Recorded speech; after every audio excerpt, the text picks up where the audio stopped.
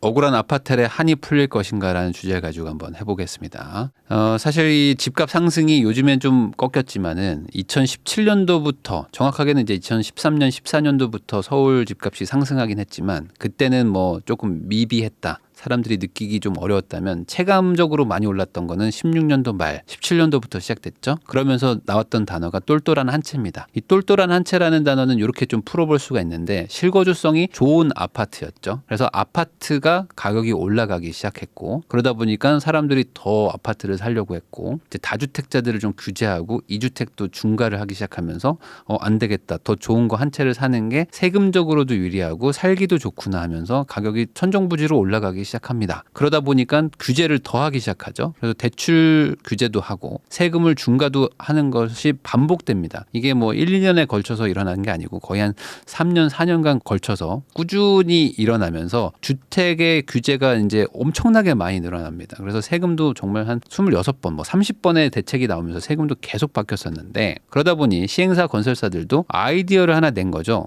잠깐만 이게 주택이 정말 지금 돈이 되는구나. 근데 아파트를 짓지 못하는 상업지역 같은 곳들도 있거든요. 근데 이런 곳들에도 아파트처럼 좀 지어가지고 사람들이 지금 인기가 많은 거를 팔면 좋잖아요. 사람들이 좋아하는 물건을 팔아야지 돈이 되니까. 그래서 요 아파트처럼 생긴 걸 팔면 어떨까라고 생각해서 만들어낸 개념이 요 아파텔이었습니다. 그래서 요 아파텔이라는 건 사실 공식적인 단어는 아닙니다. 요 상업지역에는 원래 오피스텔을 지을 수가 있는데 그 오피스텔도 사실 오피스 플러스 호텔이라는 개념으로 해서 상업지역에 좀 억지로 이 주택 같은 어떤 주거시설을 좀 주거용의 그런 공간을 좀 제공하기 위해서 만든 게 오피스텔인데 그 오피스텔을 아파트랑 똑같이 만들어 버린 거죠. 그렇게 해서 동일한 어떤 단지 구성과 상가 배치 사실상 아파트처럼 생겨가지고 아파텔, 오피스텔이라고 말을 안 하면 아파트인 줄 알게 될 정도로 똑같이 만든 거예요. 근데 오피스텔과 아파트의 가장 큰 차이는 이 발코니 유무입니다. 이 발코니 자체가 인정되냐 안 되냐가 가장 큰 차이예요. 신형 아파트인데 요 신형 아파트 4베이라고 얘기하는 게 요 말 그대로 요 보이는 요 베이가 4개라는 겁니다. 근데 요 4베이랑 3베이가 무슨 차이냐? 베이가 많을수록 요 발코니를 많이 늘릴 수가 있죠. 그리고 발코니를 일부러 뒤에도 막 넣습니다. 이렇게 발코니를 많이 넣는 평면이 인기가 있는 이유가 뭔가요? 요 발코니 자체가 서비스 면적이기 때문입니다. 요 전용 면적에 포함이 안 돼요. 그래서 84제곱 이렇게 부를 때 요 안에 있는 요 면적이 84제곱미터인데 요게 84인데 요 발코니는 서비스인 거죠. 그래서 요걸 확장하게 되면은 실질적으로 엄청나게 커지는 겁니다. 그래서 아예 확장할 생각으로 설계 자체가 이 침실이 말도 안 되게 작게 뽑는 거죠. 그래서 이걸 확장하게 되면은 33평형이 뭐 예전 아파트의 거의 뭐 40평 느낌, 38평대 느낌처럼 커지게 되고 요즘에 팬트리도 나오고 뭐 알파룸도 넣을 수 있는 게 이런 4베이, 뭐 5베이 막 이렇게 뽑는 그런 그 평면 설계라고 할까요? 뭐 기술 때문에 그런 것인데 이 오피스텔은 발코니를 인정하지 않기 때문에 오피스텔은 집이 작아요라고 사람들이 말하는 이유.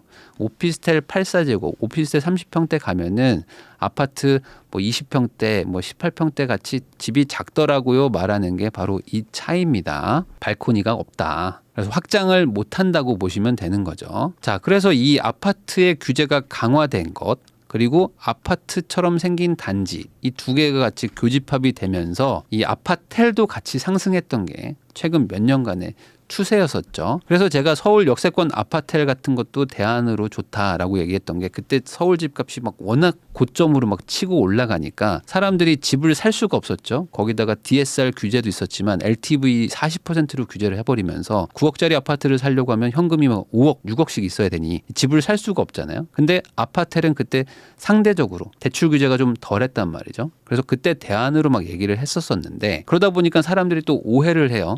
오피스텔 추천을 했다고 얘기를 하시는데 저는 오피스텔 추천을 한 건 아니고 아파트를 추천을 했었습니다. 이 사람들이 생각하는 오피스텔은 약간 원룸이나 1.5룸 같은 그 직장인들 1인 가구가 사는 그 작은 오피스텔을 말하는 건데 저는 그런 걸 말한 건 아니고 이 투룸 그리고 약간 거실과 부엌이 있는 아파트형 오피스텔을 추천을 했었던 거예요. 근데 그런 오피스텔 중에 아파텔의 비율은 사실 극히 낮습니다. 왜냐하면 이런 개념이 뭐 오래된 개념이 아니고, 그리고 요 아파텔, 그러니까 정식적으로 아파텔처럼 생긴, 그러니까 아파트처럼 생긴 구조는 많이 없어요. 많이 없어서 대부분 다 그 복도형에 따닥따닥 붙어가지고 옆집에 누가 떠들면 다 알 수 있는 그 구조 있죠. 이 복도 맞은편에 또 이렇게 있는 요 구조의 오피스텔에 사는 게 사실 일반적인 오피스텔 구조죠. 요 원룸이나 1.5룸 오피스텔 같은 것들은 사실 일반 매매로 사는 거는 별로 그렇게 추천하지는 않고, 그 경매나 이런 것들로 좀 싸게 사야지만 좀 괜찮습니다. 이게 시세가 오르기가 쉽지가 않다는 것도 다시 한번 좀 말씀드리고요. 아파텔은 그래도 좀 시세가 좀 올라가는 편입니다. 사람들의 선호도가 좀 있어서. 자, 근데 여기까지는 이제 과거의 얘기였는데 이게 문제가 되고 있습니다. 왜 그러냐면 이게 지난 정부에서 사람들이 이제 아파텔, 오피스텔을 사러 가니까 이거를 규제해야 되겠다고 생각을 했어요. 그래서 뭘 했냐면은 대출 규제를 합니다. 상가나 비주거용 담보대출을 규제하기 시작하는데 아파텔을 강력하게 규제하게 돼버렸어요. 이 비주택 담보대출 DSR 규제 강화라는 정책을 했는데 사실상 뭐 오피스텔을 대상으로 한 거라고 보시면 됩니다. 그래서 이때 그 기사를 한번 좀 설명을 해드리면은 5억 원짜리 오피스텔의 대출 한도가 원래는 70% 해서 한 3억 5천 나오니까 이제 사람들이 요걸 사가지고 내 집 마련도 하고 사실상 주거용이기 때문에 여기서 아파트처럼 좀 살아야지, 여기 살면서 나중에 뭐 청약을 노려봐야지 라고 했던 사람들한테 갑자기 대출을 한 2억을 안 해주는 겁니다. 그래서 한 1억 5천만 나오게 하는 거죠. 그리고 그게 7월 이후에는 뭐 8천만 원. 근데 이걸 또 더 당겨버려요. 더 당겨가지고 거의 사실상 대출이 안 나오게 막 해버리게 한 거였죠. 한마디로 이 오피스텔, 아파텔 같은 거 사지 말라는 정책으로 돼버린 케이스였습니다. 그러면 왜 이렇게 대출이 안 나올까? 우리가 주택을 대출 받을 때는 이 만기를 30년 만기 뭐 이렇게 합니다. 그러면 이게 DSR이라는 거는 원금 상환을 하는데, 이 원금 상환을 할 때 1년에 원금을 얼마 갚느냐가 중요하거든요. 근데 이 원금을 30년, 뭐 40년으로 나눠 갚으니까 원금 자체가 작잖아요. 근데 이 아파텔, 뭐 비주거용 담보대출은 8년 만기로 막 계산합니다. 똑같은 뭐 3억을 빌려도 이걸 30년에 나눠 갚으면 금액이 되게 낮을 텐데 이걸 8년으로 나눠 갚는다고 생각하면 원금이 엄청나게 높게 되는 거죠. 그러니까 DSR 규제로 딱 막아버리면 이 오피스텔 대출은 급감하게 되는 겁니다. 근데 더 문제가 있어요. 뭐냐면 그렇게 할 거면 세금도 주택이 아닌 걸로 취급을 해주면 되는데 세금은 또 주택으로 취급을 하는 경우가 또 많습니다. 그러니까 이 오피스텔이 참 애증의 뭐 어떤 그런 걸 수도 있고, 오피스텔을 좀 약간 박쥐처럼 뭐 이렇게 저렇게 정부가 좀 이용하는 것도 있는데, 한마디로 정부한테 유리하게 취급을 하는 거죠. 세금 거둘 때는 주택으로 취급을 해요.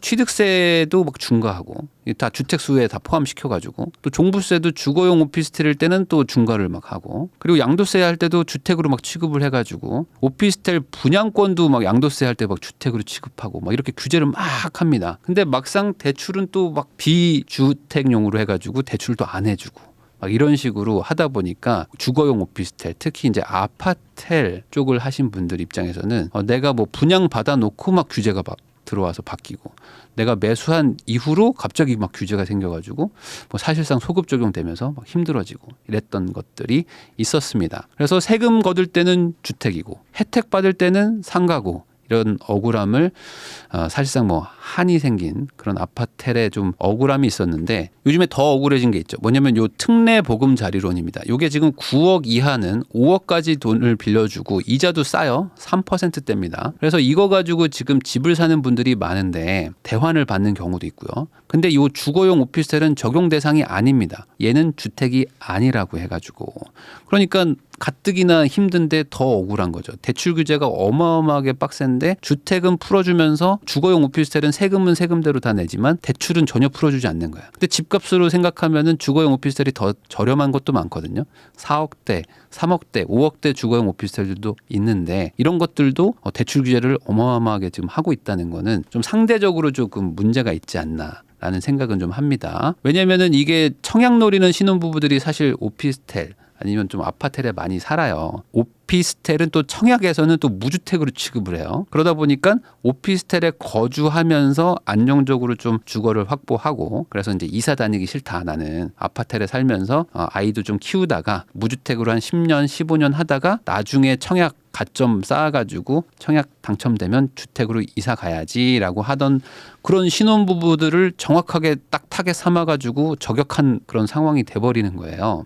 그런데 요거에 약간 좀 변화가 생길 분위기가 좀 보이고 있습니다. 이게 2월 달에 한번 그 김주현 금융위원장이 언급한 게 있어요. 뭐냐면 이 주거용 오피스텔도 이 특례보금자리론을 좀 적용해야 되는 거 아니냐. 이 특례보금자리론의 취지가 지금 이제 주택을 뭐 매수하는 분들도 있지만 이 대환용으로도 좀 하는 거거든요. 그러니까 금리가 급등하기 때문에 주거 안정을 위해 가지고 이걸 이제 정책 자금을 제공하는 건데 주거용 오피스텔에 사는 분들도 사실상 주택으로 쓰고 있는 건데 여기에 적용하는 게 맞지 않나라고 해서 검토 중이다라고 얘기를 했는데 이게 지금 야당에서도 얘기를 하고 있는 겁니다. 거기다가 지금 아까 말한 그 상환기간 8년으로 해서 DSR이 엄청나게 강력하게 지금 적용되고 있는 이 부분도 더 비싼 아파트 주택들도 다 풀어주고 있는데 상대적으로 더 저렴한 아파텔은 오피스텔이라고 대출을 완전히 막아놓은 것도 지금 같은 뭐 하락장에서 이게 뭐 형평성이 맞는 것도 아니기 때문에 이것도 뭐 주택처럼 취급을 해주면 대출이 많이 풀리기 때문에 이걸로 뭐 집을 매수하는 분들도 있겠지만 분양받아 놓은 것들 잔금 어떻게 하지? 라는 거에 대해서 조금 한숨 돌리는 분들도 있겠죠. 현실적으로 지금 오피스텔을 산 분들은 대출이 쉽지가 않아 가지고 전세를 주는 거 말고 이 실거주 할 때는 웬만한 아파트보다 현금이 더 많이 들어갑니다.